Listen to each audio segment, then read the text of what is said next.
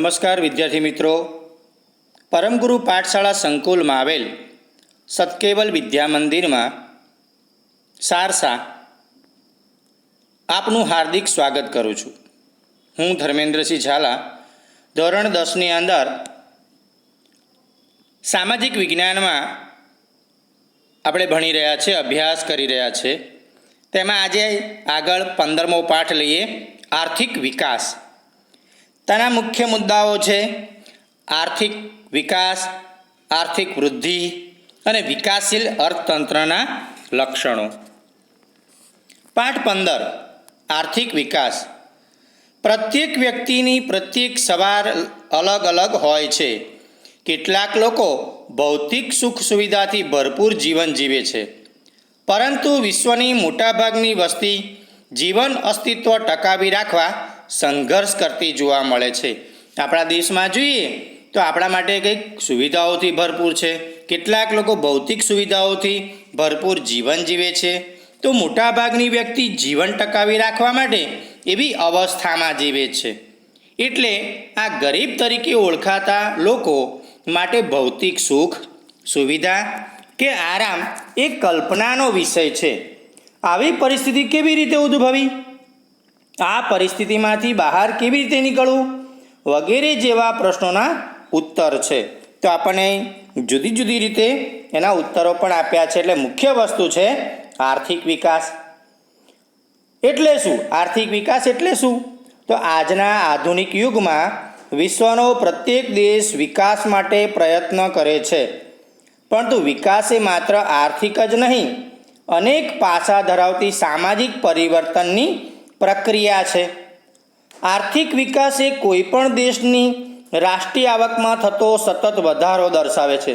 જે દેશમાં કોઈ પણ મુખ્ય વસ્તુ બાબત છે આર્થિક વિકાસ, એટલે જે દેશની રાષ્ટ્રીય આવકમાં સતત વધારો થાય એને કહેવાય આર્થિક વિકાસ. હજી વધારે વિગતે સમજીએ આર્થિક વિકાસ એટલે શું. તો દેશની રાષ્ટ્રીય આવકમાં સતત વધારો થવો. બીજો મુદ્દો જોઈએ, દેશની માથાદીઠ આવકમાં વધારો થવો. અને ત્રીજો મુદ્દો છે લોકોના જીવન ધોરણમાં સુધારો થવો. તો એક તો દેશની રાષ્ટ્રીય આવકમાં સતત વધારો થાય છે, દેશની માથાદીઠ આવકમાં પણ વધારો થતો જાય છે, અને લોકોના જીવન ધોરણમાં સુધારો થતો જાય. જો દેશની માથાદીઠ આવક વધે, રાષ્ટ્રીય આવક વધે એટલે માથાદીઠ આવક વધે, અને માથાદીઠ આવક વધે એટલે લોકોનું જીવન ધોરણ પણ સુધારો થાય છે. આ બાબતને આર્થિક વિકાસ કહેવામાં આવે છે. દેશની કુલ આવકને રાષ્ટ્રીય આવક કહેવામાં આવે. આપણા દેશમાં જે પણ અથવા કોઈ પણ દેશમાં એની રાષ્ટ્રીય આવક, જે દેશમાં એના ટેક્સ સાથેની બધી જે આવક ભેગી થતી હોય એને રાષ્ટ્રીય આવક કહેવાય. દેશની કુલ રાષ્ટ્રીય આવકને દેશની કુલ વસ્તી વડે ભાગવાથી માથાદીઠ આવક પ્રાપ્ત થાય છે. જે દેશની જેટલી વસ્તી હોય, ધારો કે આપણા દેશની એટલે કે ભારતની વસ્તી છે 136 કરોડ, તો જે પણ આવક થઈ તો 136 કરોડ વડે ભાગવી પડે. તો એ વસ્તી વડે ભાગવાથી જે આવક પ્રાપ્ત થાય તેને માથાદીઠ આવક પ્રાપ્ત થયેલી કહેવાય છે. જ્યારે જીવન ધોરણમાં લોકોને પ્રાપ્ત થતી સગવડો જેવી કે અનાજ, કપડાં, શિક્ષણ, આરોગ્ય, વાહન વ્યવહારની સુવિધા અને રહેઠાણની સુવિધાનો સમાવેશ થાય છે. ભારતમાં આઝાદી પછી રાષ્ટ્રીય આવક અને માથાદીઠ આવકમાં વધારો થવાથી અનાજ, કપડાં, વીજળી, શિક્ષણ, આરોગ્ય, રહેઠાણ વગેરે સેવાઓના વપરાશ અને સુવિધામાં વધારો થયો છે. તો આપણી જે રાષ્ટ્રીય આવક આવી, માથાદીઠ આવક જે પ્રાપ્ત થઈ તેનાથી લોકોના જીવન ધોરણમાં સગવડો પ્રાપ્ત થાય છે. કેવી રીતના? તો અનાજ મળે, કપડાં મળે, શિક્ષણ મળે છે, આરોગ્ય એટલે આપણે દવાખાનાઓ, વાહન વ્યવહારની સુવિધાઓ મળે, રહેઠાણની સુવિધાઓ મળે છે. તો આવી રીતના ભારતમાં આઝાદી પછી રાષ્ટ્રીય આવક અને માથાદીઠ આવકમાં વધારો થયો તો લોકોને સસ્તા અનાજની દુકાનેથી અનાજ મળવા માંડ્યું, કપડાં મળે છે, વીજળી આપણે પ્રાપ્ત કરી શકીએ છીએ, શિક્ષણ આપણે મળે, સરકારી શાળાઓ શિક્ષણ આપે છે, આરોગ્ય તો આપણા ઘણા બધા દવાખાના, સરકારી દવાખાનામાં આપણને આરોગ્ય પૂરું પડાય છે, રહેઠાણ મળી રહે છે વગેરે સેવાઓના વપરાશમાં અને વધારો થયેલો છે. અગાઉની સરખામણીમાં ઉપરોક્ત જરૂરિયાતો વધુ સારી રીતે સંતોષાય છે. આથી કહી શકાય કે ભારતમાં આર્થિક વિકાસ થઈ રહ્યો છે. જો એ ભારતની રાષ્ટ્રીય આવક જીડીપી 2011-12 અને 2015-16ના ભાવોએ 87,36,039 કરોડ હતી, જે વધીને 2015-16માં 1,35,67,192 કરોડ થઈ હતી. તો આવી રીતના રાષ્ટ્રીય આવકમાં પણ એનો વધારો થયેલો જોવા મળે છે. હવે જોઈએ આર્થિક વૃદ્ધિ અને આર્થિક વિકાસ વચ્ચેનો તફાવત. સામાન્ય રીતે આર્થિક વૃદ્ધિ અને આર્થિક વિકાસ બંને શબ્દો વધારો દર્શાવે છે, પરંતુ બંને વચ્ચે કેટલોક તફાવત જોવા મળે છે, જે નીચે મુજબ છે. 1. વિકાસની પ્રક્રિયાના આધારે. આર્થિક વિકાસ એ ગુણાત્મક અને આર્થિક વૃદ્ધિ એ પરિણાત્મક છે. આર્થિક વિકાસ શું થાય? તો પૈસો આવે પછી એ ગુણાત્મક કહેવાય, એટલે કે આર્થિક વૃદ્ધિ શું કહેવાય? પરિણાત્મક. તો વૃદ્ધિ થયા પછી એની પાછળ જે ખર્ચ કરવામાં આવે અને લોકો સુધી પહોંચે તો એ પરિણાત્મક થયું. આર્થિક વિકાસ એ પ્રથમ અવસ્થા છે, જ્યારે આર્થિક વૃદ્ધિ એ આર્થિક વિકાસ પછીની અવસ્થા છે. બીજો મુદ્દો જોઈએ મિત્રો, અર્થતંત્રમાં થતા પરિવર્તનને આધારે. અર્થતંત્રમાં થતા નવા સંશોધનોના આધારે ઉત્પાદનમાં થતો વધારો એ આર્થિક વિકાસ છે. કેવી રીતના? તો આર્થિક વિકાસ થાય સમજો. દાખલા તરીકે ખેતી ક્ષેત્રમાં ઘઉં, ડાંગર જેવા પાકમાં નવા બિયારણોની શોધ થતાં ઉત્પાદનમાં અનેક ગણો વધારો થયો. આ બાબત આર્થિક વિકાસ દર્શાવે છે. ખેતીમાં જોઈએ તો ઘઉં, ડાંગર, ચોખા, બાજરી, કેટલાય મકાઈ, એ બધા બિયારણોની શોધો થઈ, નવા ઉત્પાદનો થયા, અનેક ગણો ઉત્પાદનમાં વધારો થયો. તો આ બાબત આર્થિક વિકાસ દર્શાવે છે. બીજી તરફ ખેડાણલાયક જમીનમાં વધારો થવાથી ખેતીલાયક ઉત્પાદનમાં વધારો થાય, તેને આર્થિક વૃદ્ધિ કહે છે. બીજી બાજુ પરિસ્થિતિ પ્રમાણે જે ભારત સરકારની જે જમીનો હતી એ જમીનો ગરીબોને આપવા માંડી, એટલે જે પડી રહેલી જમીનો એ ખેડાણ હેઠે લાવવામાં આવી, તો એ જમીનમાં વધારો થવાથી ખેતીલાયક ઉત્પાદનમાં વધારો થયો. તો આથી કહી શકાય કે આર્થિક વૃદ્ધિ કહે છે, એટલે આર્થિક વૃદ્ધિ થાય છે. ત્રીજો મુદ્દો જોઈએ મિત્રો, વિકસિત અને વિકાસશીલ દેશોના સંદર્ભમાં. વિકસિત અને વિકાસશીલ દેશોના સંદર્ભમાં પણ બંને વચ્ચે તફાવત જોવા મળે છે. વિકસિત દેશોની રાષ્ટ્રીય આવકમાં થતો વધારો એ આર્થિક વૃદ્ધિ કહેવાય, જ્યારે વિકાસશીલ દેશોની રાષ્ટ્રીય આવકમાં થતો વધારો એ આર્થિક વિકાસ કહેવાય. બે દેશો પડે છે, વિકસિત દેશ અને વિકાસશીલ દેશ. તો વિકસિત દેશો કોને કહેવાય? જે દેશનો વિકાસ થઈ ગયો છે તે દેશોને વિકસિત દેશો કહેવાય. અમેરિકા, ઓસ્ટ્રેલિયા, સ્વિટ્ઝરલેન્ડ, કેનેડા, એ બધા દેશો વિકસિત દેશો ગણાય છે. ન્યૂઝીલેન્ડ, એ બધા દેશો વિકસિત ગણાય છે. તો ભારત, નેપાળ, શ્રીલંકા, પાકિસ્તાન, અફઘાનિસ્તાન, ઈરાન, ઈરાક, એ બધા દેશો વિકાસશીલ દેશોના સંદર્ભમાં ગણાય છે.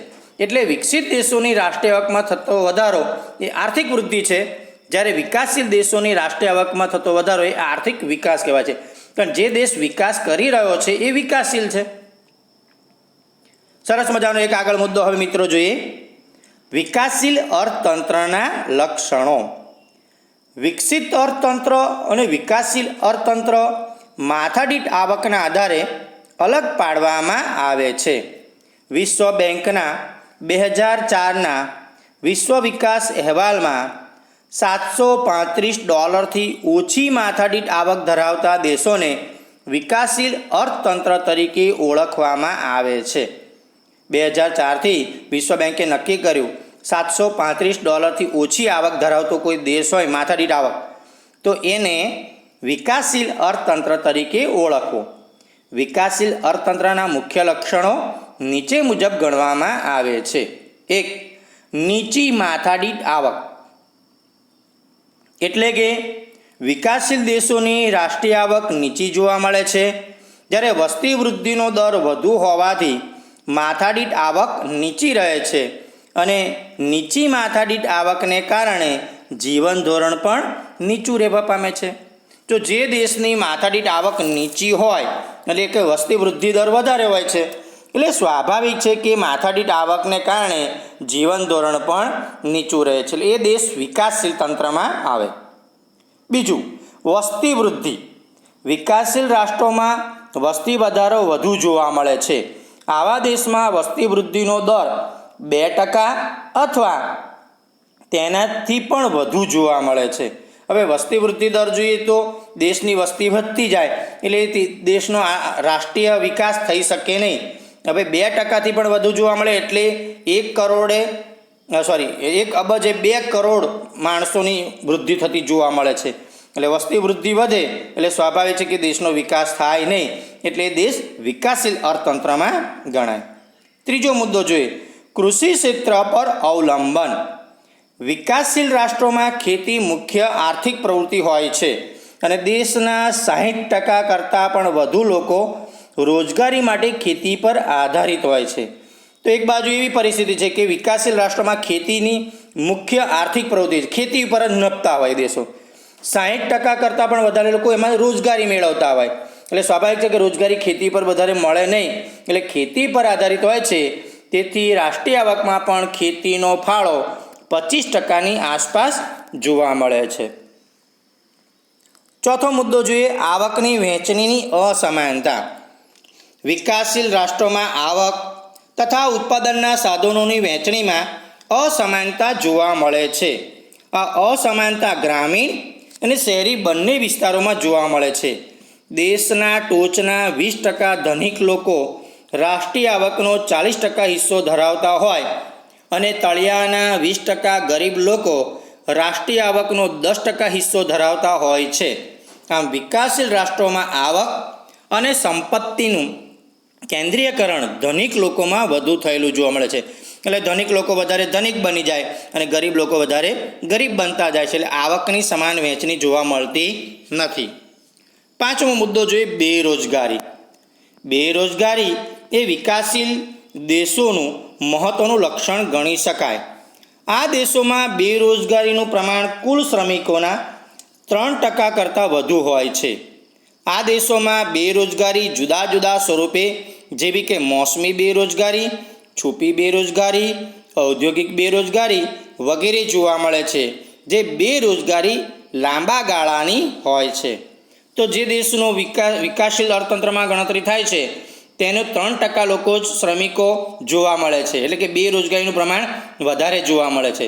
મોસમી બેરોજગારી હોય છે, છુપી બેરોજગારી પણ જોવા મળે, ઔદ્યોગિક બેરોજગારી પણ જોવા મળે છે. અને આ બધી બેરોજગારી લાંબા ગાળાની હોય છે કે ઘણા સમય સુધી એને બેસી રહેવું પડે. તો બેરોજગારીને કારણે પણ વિકાસશીલ દેશનો વિકાસ થતો નથી, એટલે વિકાસશીલ તંત્રમાં ગણાય છે. છઠ્ઠો મુદ્દો જોઈએ, ગરીબી. ગરીબી એ વિકાસશીલ રાષ્ટ્રનું લક્ષણ છે. જે દેશ ગરીબ છે તે વિકાસશીલ રાષ્ટ્ર છે.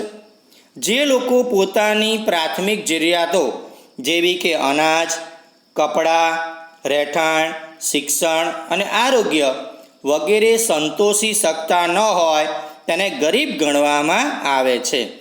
વિકાસશીલ દેશોમાં આવા લોકોનું પ્રમાણ લગભગ કુલ વસ્તીના 3 ભાગ જેટલું હોય છે. તો ગરીબીનું પ્રમાણ પણ 3 ભાગ જેટલું હોય છે. એને પૂરતું અનાજ મળતું નથી, કપડાં મળતા નથી, રહેઠાણ પણ જેમ તેમ હોય છે, શિક્ષણની તો સુવિધા જ મળતી નથી, આરોગ્યની તો વાત જ કરી શકાય નહીં વગેરે. આ બધી બાબતો સંતોષી શકતા ન હોય તો તેને ગરીબ ગણવામાં આવે છે. એટલે વિકાસશીલ રાષ્ટ્રમાં આ ગરીબીનું પ્રમાણ વધુ જોવા મળે છે. સાતમો મુદ્દો જોઈએ, દ્વિમુખી અર્થતંત્ર. વિકાસશીલ દેશોમાં અર્થતંત્રનું સ્વરૂપ દ્વિમુખી પ્રવર્તે છે.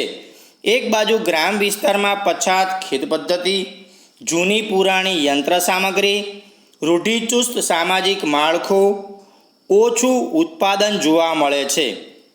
બીજી બાજુ શહેરી ક્ષેત્રોમાં આધુનિક ઉદ્યોગો, નવી ઉત્પાદન પદ્ધતિ, આધુનિક યંત્રો તેમજ વૈભવી જીવનશૈલી જોવા મળે છે. તો અર્થતંત્રમાં જોઈએ તો વિકાસશીલ દેશમાં અર્થતંત્રનું સ્વરૂપ કેવું છે? દ્વિમુખી પ્રવર્તે છે. એક બાજુ ગ્રામ્ય વિસ્તારમાં પછાત ખેત પદ્ધતિ છે, જૂની પુરાણી યંત્ર સામગ્રી છે, રૂઢિચુસ્ત સામાજિક માળખું પણ ગ્રામ્ય કક્ષાએ જોવા મળે છે.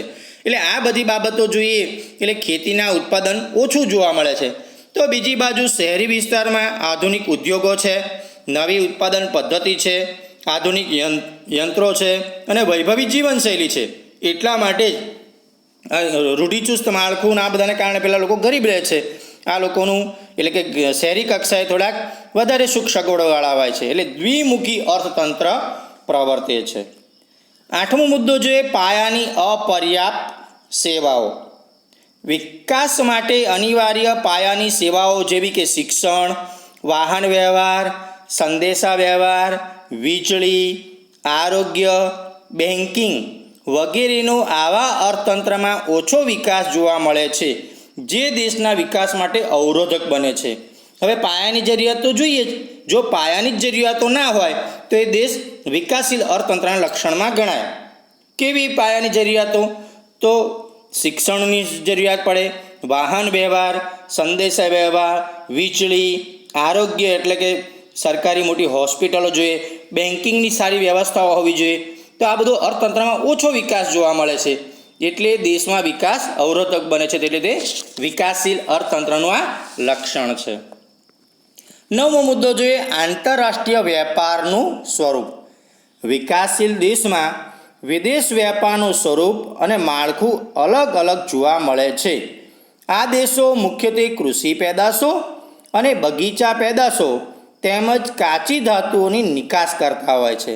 આંતરરાષ્ટ્રીય વેપારમાં જોવા જઈએ તો મોટાભાગના પ્રમાણમાં આ વિકાસશીલ અર્થતંત્રમાં કૃષિ પેદાશો, જે દેશો ગરીબ છે એ કૃષિ પેદાશો, બગીચા પેદાશો અને કાચી ધાતુઓની ડાયરેક્ટ નિકાસ કરતા હોય છે, એટલે લોકોને પૈસો ઓછો મળે.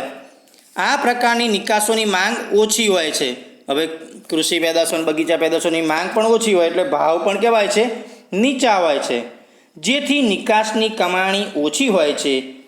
જ્યારે આયાતો ઔદ્યોગિક પેદાશો અને યંત્ર સામગ્રીની હોય છે. નિકાસ થાય એ ઓછી થાય અને આયાત થાય વધારે થાય. તો શું આયાતોમાં તો ઔદ્યોગિક પેદાશો, યંત્ર સામગ્રીની વસ્તુઓની માંગ બહારના દેશમાંથી પોતાના દેશમાં રહે છે. આ વસ્તુઓના ભાવો વધુ હોવાથી આયાતો પાછળનું ખર્ચ વધે છે.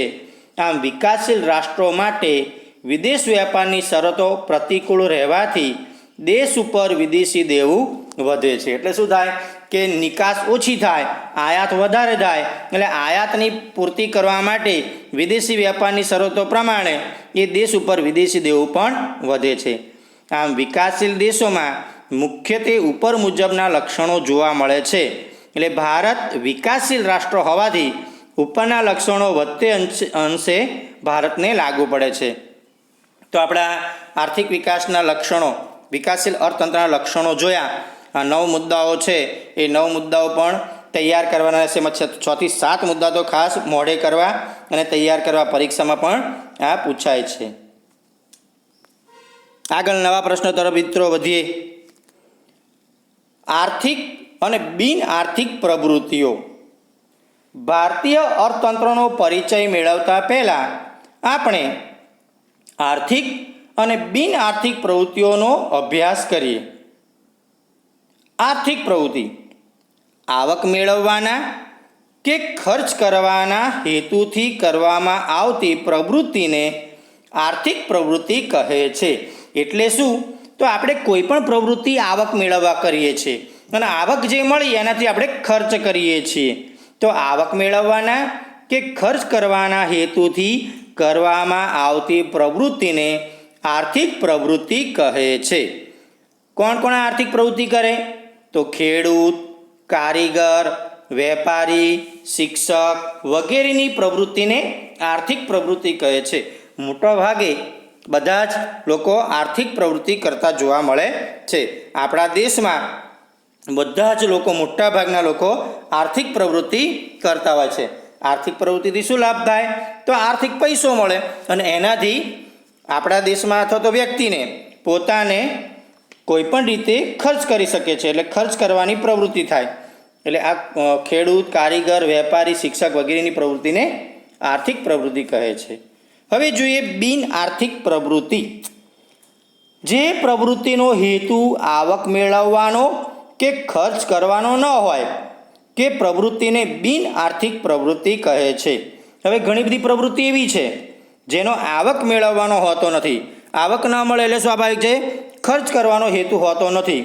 એટલે એ બાબતે પ્રવૃત્તિને હેતુ આવક મેળવવાનો કે ખર્ચ કરવાનો ન હોય તેવી પ્રવૃત્તિને બિન આર્થિક પ્રવૃત્તિ કહે છે. દાખલા તરીકે માતા પોતાના બાળકને ઉછેરે છે, વ્યક્તિ સમાજ સેવાના કાર્યો કરે વગેરે બિન આર્થિક પ્રવૃત્તિ કહેવાય. માતા કોઈ પણ લોભ લાલચ વગર કે કોઈ પણ આર્થિક વગર બાળકને ઉછેરે છે, તો ઘણા વ્યક્તિઓ સમાજ સેવાના કાર્યો કરે છે વગેરે પ્રવૃત્તિને બિન આર્થિક પ્રવૃત્તિ કહેવાય છે. નવો મુદ્દો જોઈએ, ભારતીય અર્થકારણનું માળખું.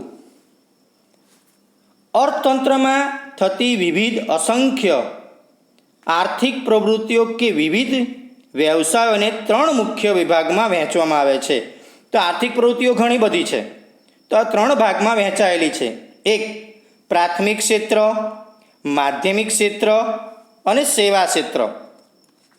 આર્થિક પ્રવૃત્તિઓના આ વર્ગીકરણને વ્યવસાયિક માળખા તરીકે ઓળખવામાં આવે છે. આ 3 વિભાગો અને તેમાં સમાવેશ થતી પ્રવૃત્તિઓને ચર્ચાને નીચે મુજબ જોઈ શકાય. તો આપણા મુદ્દા પ્રમાણે એના ભારતીય અર્થકારણ પ્રમાણે જોઈએ તો 3 મુદ્દાઓ મૂક્યા છે: પ્રાથમિક ક્ષેત્ર, માધ્યમિક ક્ષેત્ર અને સેવા ક્ષેત્ર. પહેલું જોઈએ પ્રાથમિક ક્ષેત્ર. અર્થતંત્રના આ વિભાગમાં ખેતી તેમજ ખેતી સાથે સંકળાયેલી પ્રવૃત્તિઓ જેવી કે પશુપાલન, પશુ સંવર્ધન, મત્સ્ય ઉદ્યોગ, મરઘા બતકા ઉછેર, જંગલો, કાચી ધાતુઓનું ખોદકામ વગેરે પ્રવૃત્તિઓનો પ્રાથમિક વિભાગમાં સમાવેશ થાય છે.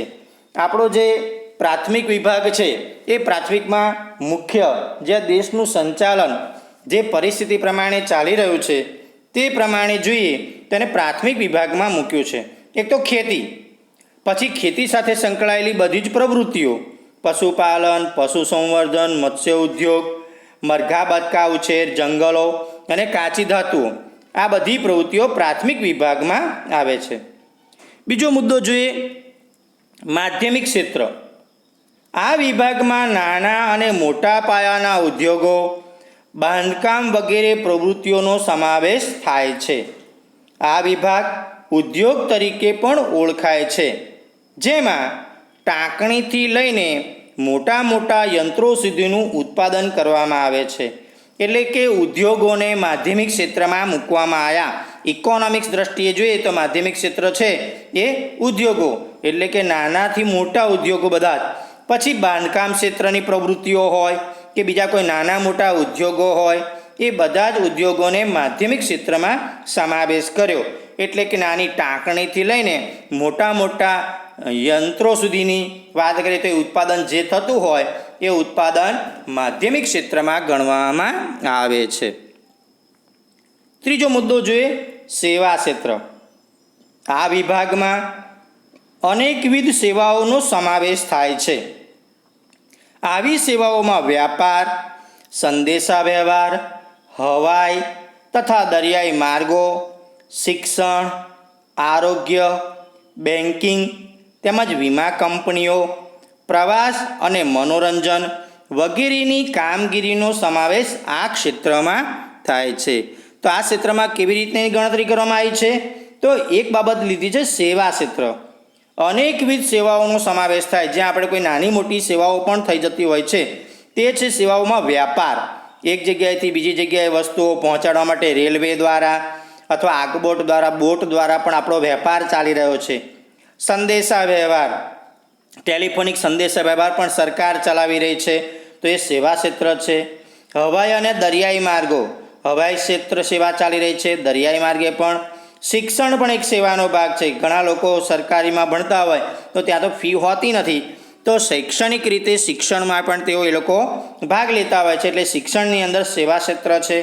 આરોગ્ય, સરકારી હોસ્પિટલોમાં નાના મોટા જે ઓપરેશનો થતા હોય ત્યાં પણ આપણને આરોગ્ય દવાઓ આપી દેવામાં આવે છે. સરકારી હોસ્પિટલો છે તે આરોગ્ય એ સેવા ક્ષેત્ર ગણવામાં આવે છે. બેન્કિંગ, જે બેંક આપણા પૈસા સાચવી રાખે છે તે બેન્કિંગ સેવાઓ પણ અગત્યની છે. વીમા કંપનીઓ વીમો લઈ નાના મોટા કેટલાય પ્રકારના વીમાઓ પણ હોય છે, એ પણ સેવા ક્ષેત્રમાં ગણાય.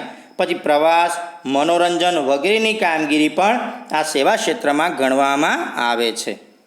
સામાન્ય રીતે વિકાસશીલ દેશમાં પ્રાથમિક ક્ષેત્રનું પ્રભુત્વ હોય છે. કોઈ પણ દેશ મહત્ત્વનું ગણાય તો વિકાસશીલ દેશ છે એનું પ્રાથમિક ક્ષેત્રનું મહત્ત્વ હોય છે. રોજગારી તેમજ રાષ્ટ્રીય આવકમાં પ્રાથમિક ક્ષેત્રનો હિસ્સો સૌથી વધારે હોય છે. પરંતુ જેમ જેમ આર્થિક વિકાસ થતો જાય છે તેમ તેમ પ્રાથમિક ક્ષેત્રનું મહત્ત્વ માધ્યમિક અને સેવા ક્ષેત્રની સાપેક્ષતામાં ઘટતું જાય છે અને ઉદ્યોગ ક્ષેત્રે તથા સેવા ક્ષેત્રનો વ્યાપ પણ વધતો જાય છે.